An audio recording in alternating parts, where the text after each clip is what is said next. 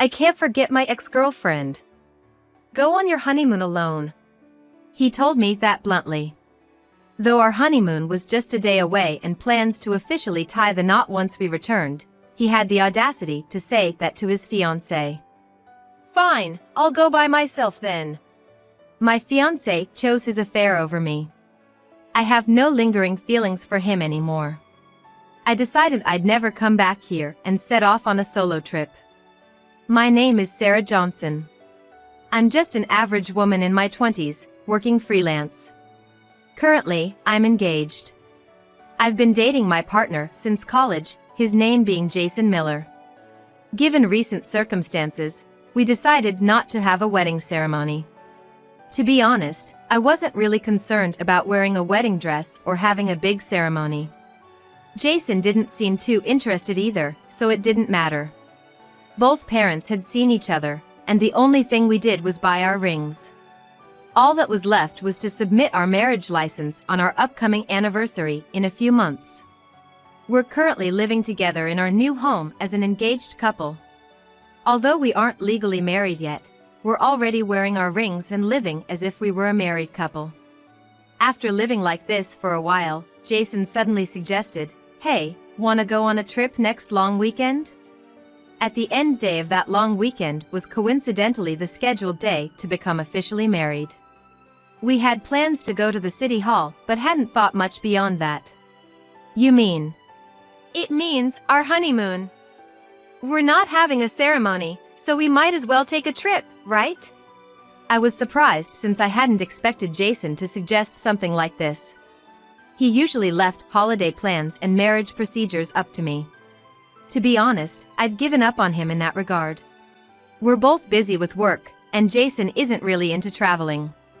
I had written off the idea of a honeymoon entirely. That sounds great. I'd love to go, I said excitedly. And just like that, our honeymoon was set in a hurry. After much discussion and considering the sudden nature of our plans, we decided to travel domestically. I'd be happy with anywhere. The mere fact that Jason suggested we take a trip together already made me so happy. You can choose wherever you want to go. But in the end, he left it up to me. At that time, I was just so thrilled I didn't mind at all. Given it was the hot summer season, I decided we'd go to Alaska. I reminded of a while back, Jason mentioned while watching TV, I've never been to Alaska. I'd love to visit. It had been some time, so he probably didn't recall saying that. But, hoping it would make him happy, I started planning our trip in detail. Looking back, that was probably the happiest time. I never imagined the heartache that would come next. A little after I began our travel preparations, Jason had a high school reunion to attend. Jason and I met during our college years. So, I hardly knew any of his high school friends. Since I knew he was going to a party where both men and women would be attending, it wasn't exactly comforting. Yet, Jason cheerfully said, "I'm gonna announce to everyone that we're getting married." He said that with a cheerful bounce in his step and headed out. I didn't want to rain on his parade, so I kept quiet and watched him go. I mean, we're practically newlyweds, his coming back home probably wouldn't be too late. Considering we're about to be officially married, his friends would surely understand he shouldn't be out too long. That's what I kept telling myself to avoid worrying too much. However, the time the reunion was supposed to end came and went, and Jason didn't come home. He said he'd be back after the main event. I called him several times out of concern but couldn't get through. I just hoped he wasn't getting too carried away. Much to my dismay, Jason didn't come home until the next morning. Sorry, we just got so caught up," he said when he woke up around noon. Honestly, I didn't mind him coming home late. But at least he could have given me a message. He always used to let me know before. I found myself getting a bit irritated. There would have been other women at the reunion. Coming home in the morning after such an event doesn't sit right with me. But mentioning every little thing would just make me seem clingy, and I didn't want that. Hey, think a bit more next time. We're practically newlyweds. I said that and left it there. Probably he got caught up and missed the last train or something. There's nothing for me to worry about. At least, that's what I thought. But since that day, I felt something changed. Jason's behavior seemed off. Is this what they call a woman's intuition? All I noticed were minor things. Nothing concrete. But something felt amiss. He started coming home a bit later than usual. He began taking his cell phone to the restroom or when changing clothes. And he seemed distant even when I tried to strike up a conversation. Just small changes. Minor as they were, something inside me felt a warning. The Jason I knew was somehow different now. Did something happen at the reunion? That's what I started to think. But I didn't have the courage to turn my suspicions into certainty. Snooping through his phone, or confronting him directly.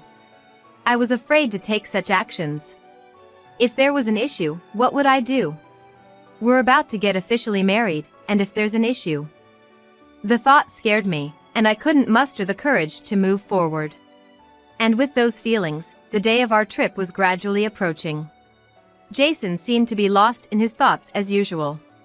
There were many days he didn't seem to really listen to what I said. Hey, are you listening?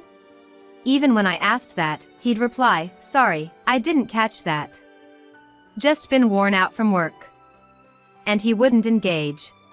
We hadn't had a proper conversation in days. When he got home, he'd often just go straight to sleep. What kind of married life is this for a couple who's essentially newlyweds? I wished we could spend more time talking and being together. I was filled with unease. Could I truly enjoy our honeymoon with things being this way? Doubts clouded my mind. And then, I crossed a line I shouldn't have.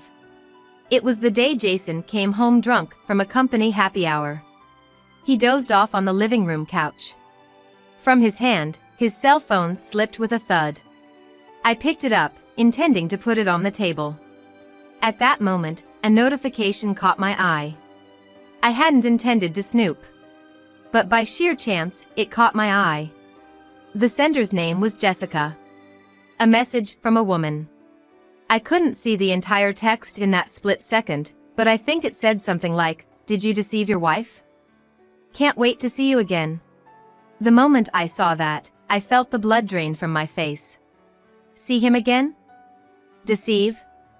Me? A sinking feeling washed over me.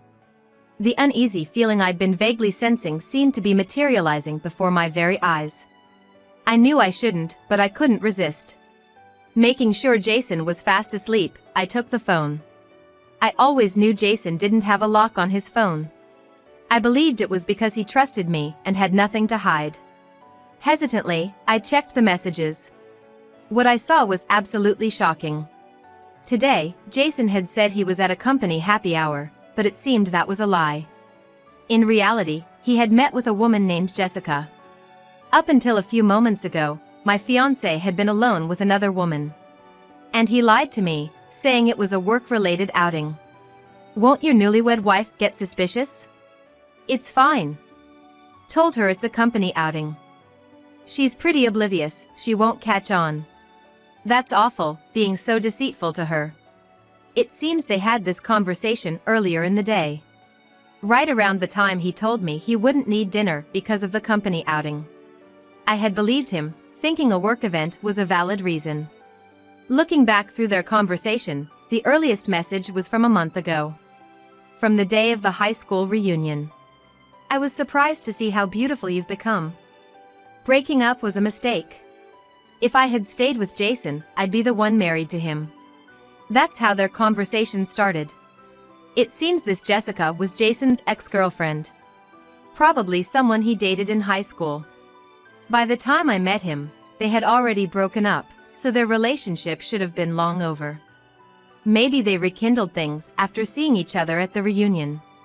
We're practically newlyweds and about to have our honeymoon. This kind of betrayal at such a time is unforgivable. Holding back my anger, I calmly took screenshots of their conversation. Just saw you, but I already miss you. I care about Jessica more than my wife. I love you. Why don't you leave your wife and marry me? I can satisfy you better, can't I? While I was taking shots of such delusional exchanges as evidence, tears streamed down my face. Was I the only one who thought we were happy? I thought I was gonna spend my life with him. Was that just a fleeting dream? After capturing all the evidence, I gently placed the phone back beside my husband. One thing's for sure, my mind is made up. I'll just go with the flow. Time flew, and it was finally the night before our trip. I had everything ready for our vacation. I asked Jason, "Have you packed yet?" But Jason just looked down, staying silent. "What's wrong?" After my repeated questioning, he finally spoke up, looking like he'd made up his mind. I can't go on our honeymoon with Sarah." He looked straight at me, and Jason continued speaking. He had an expression that seemed like he had finally let go or become defiant. "I can't forget my ex. I want you to go on the honeymoon alone." He said it right to my face.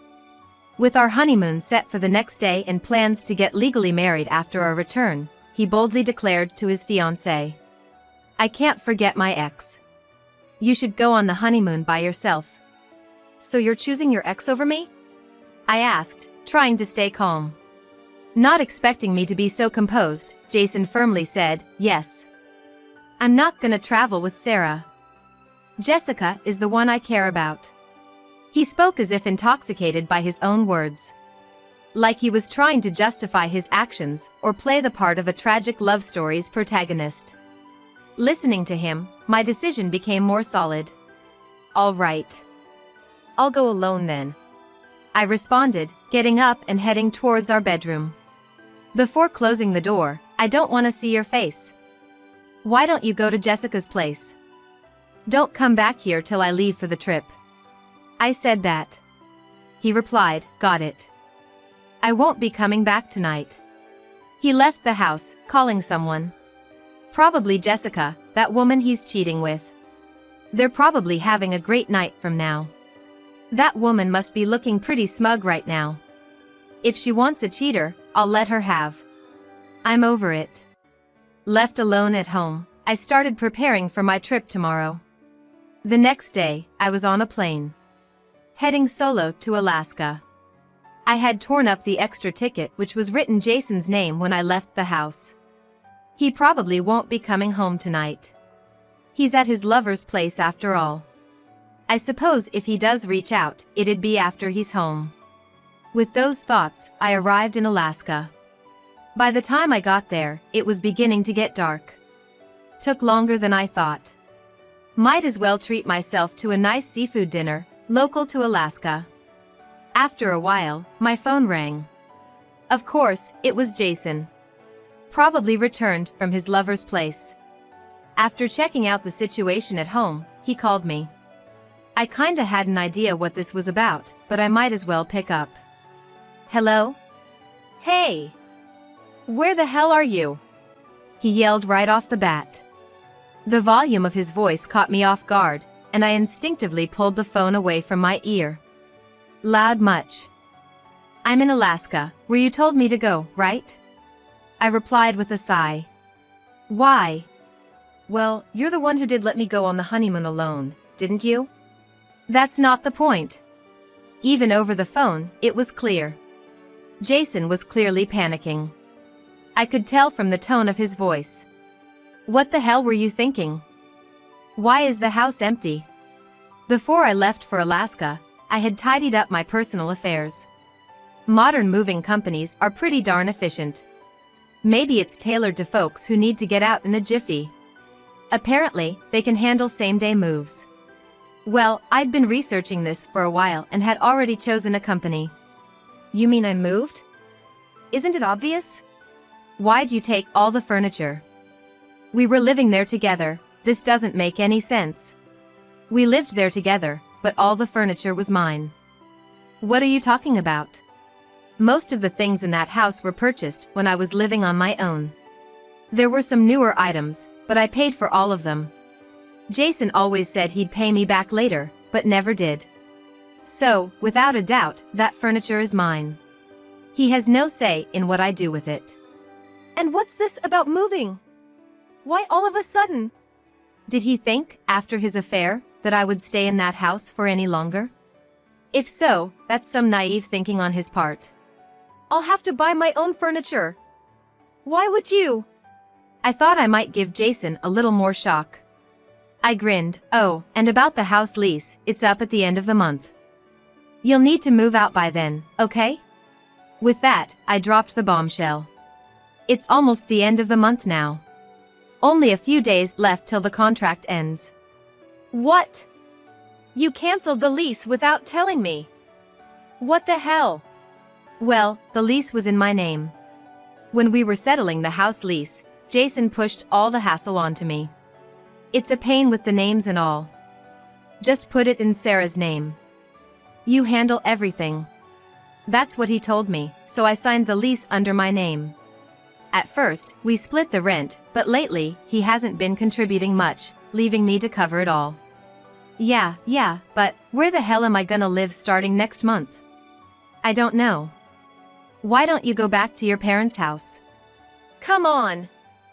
I can't just go back, you know that. Jason's parents are incredibly strict folks. They're the kind of people who'd never tolerate cheating. They wouldn't even acknowledge us living together until we had an official engagement. What would happen if those strict parents found out about the affair and he got kicked out of the house? I can easily imagine how that would play out. You know, if my folks find out, I'm toast. Just come back home for now. Having an affair and expecting such a sweet deal is pretty audacious. Does he think I'll just forgive and come back? There's no way I'm coming back. You chose your affair over your fiancé, me. Sooner or later, your folks are gonna find out. That's not true. Jason quickly denies it. What exactly isn't true? I did say I wasn't going on a trip with Sarah, but I never said I wasn't gonna marry you. I still plan on marrying Sarah. I can't have you disappearing on me. He's spouting some outrageous nonsense. He openly cheats, yet expects to go ahead with our marriage plans. There's no way that's happening. Once you cheat, marriage is off the table. Remember when you said you couldn't forget your ex, how she meant a lot to you? I did say that. But that's one thing, and this is another. I can't forget Jessica, she's important to me. But I'm gonna marry Sarah. His logic is all over the place. Seems like he wants me to accept his affair and still go ahead with the marriage. It seems he's less fixated on me and more worried about his parents finding out if I call off the wedding. Such a disrespectful attitude really gets under my skin. Too bad, there's no way I'd agree to that. I told him firmly. There's no point in enduring such a hellish marriage. Such an injustice shouldn't be tolerated. And by the way, if you're so worried about your parents finding out, it's too late. What? I've already sent them all the evidence. They know everything now. What the heck? Right as I got off the plane, I sent all the evidence to Jason's parents digitally. They'll also receive a physical copy in the mail soon. What? What the hell did you do? The only one who did something out of line was you, wasn't it? You chose your mistress over our honeymoon. I have no intentions of marrying someone like that. I said that and hung up the phone. Jason kept trying to contact me persistently, but I ignored every single one. I informed his parents about breaking off the engagement and asked them not to contact me, then blocked their numbers. Looking back, I'm glad we hadn't planned a wedding yet. Thinking about cancellation fees and all gives me the chills. Thankfully, we hadn't officially registered the marriage yet, so there's no paperwork or anything to deal with. I guess I should just be grateful that this all came out before the paperwork was finalized. If Jason would have truly changed his ways once we were married. I had hoped for a moment. But it was clear that his heart had completely drifted away, and getting back together would probably be impossible. So, I decided to settle everything and break away from Jason. Luckily, my job allows me to work from anywhere since I'm a freelancer. It's a huge perk being able to be on the move so easily. Once this solo trip to Alaska is over, I'm planning to head back to my parents' place. I do intend to live alone again once I've settled down. Finding a new place in just these few days would have been impossible. For now, I'm just gonna enjoy Alaska and forget everything. Turns out, Jason got a serious earful from his parents later on. His parents seem to have really liked me, and they probably couldn't forgive him for betraying and cheating on me. He apparently tried to introduce Jessica to them as his new girlfriend, but they turned her away right at the door. They surely wouldn't accept her. To make matters worse, they even found out that he was trying to rush our marriage just so they wouldn't get mad at him. Telling them that Jessica was his new fiancé in such a vague situation probably only made his parents angrier. From what I've heard, Jason's parents have disowned him and he's basically been cast out. Losing his home and his family, it's quite the mess he's in. Well, considering we weren't married yet, I hope he'd be grateful that I didn't ask for a refund of the house lease or anything like that. After all, had I felt like it, I could have made such demands. But I knew even without doing that, his life would become pretty tough. Jason, to be honest, doesn't make that great of a salary. It's probably a bit below average for his age group. Compared to mine, it's about half. Of course, I never told Jason that because I didn't want to hurt his pride. That's why, even if Jason didn't pay the rent or chip in for living expenses, we managed. That was all thanks to my earnings. But what about Jason now? Suddenly kicked out without any furniture or appliances. Now he's gonna start living on his own, renting a place, and buying all the household appliances. After doing all that, I wonder how much money he'll have left. Seems like he's actually struggling to get by month to month. He probably rented a place close to his work, somewhere similar to before. That area has high rent. Buying all the appliances will cost a lot, and if he continues to eat out, he'll run out of money in no time. Moreover, he can't rely on my income anymore, so his earnings are less than half. His bank balance will hit rock bottom in no time.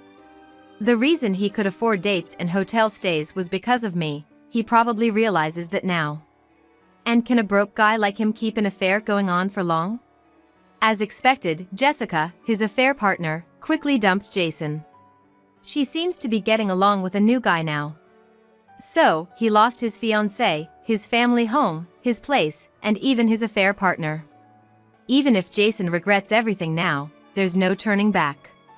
Even without me asking for the repayment, he's bound to lead a difficult life. He's been disowned, so he can't rely on his family. He's truly in a tight spot. As for me, I'm living comfortably at my parents' place. Going about my usual work routine, while looking for a new home and thinking about my new life. When they heard about the broken engagement, my parents were initially shocked. But after hearing the details, they came around and understood. They probably thought it was a good thing that we hadn't legally tied the knot yet. Even mutual friends were very surprised. Well, for me, it's already become something I can laugh about, so I have no intention of hiding it. Probably, rumors will spread, and Jason's social circle will shrink. I expect he'll become estranged from the friends he made during college too. After a solo trip to a place like Alaska, I've become hooked on traveling alone. Now I'm planning to maybe head somewhere down south next. Although I've gone through the uncommon experience of breaking off an engagement, I can't mope around forever. Life's too short after all. I gotta make the most out of it and enjoy it to the fullest. With that in mind, I'm living every day to the fullest, both at work and in my personal life.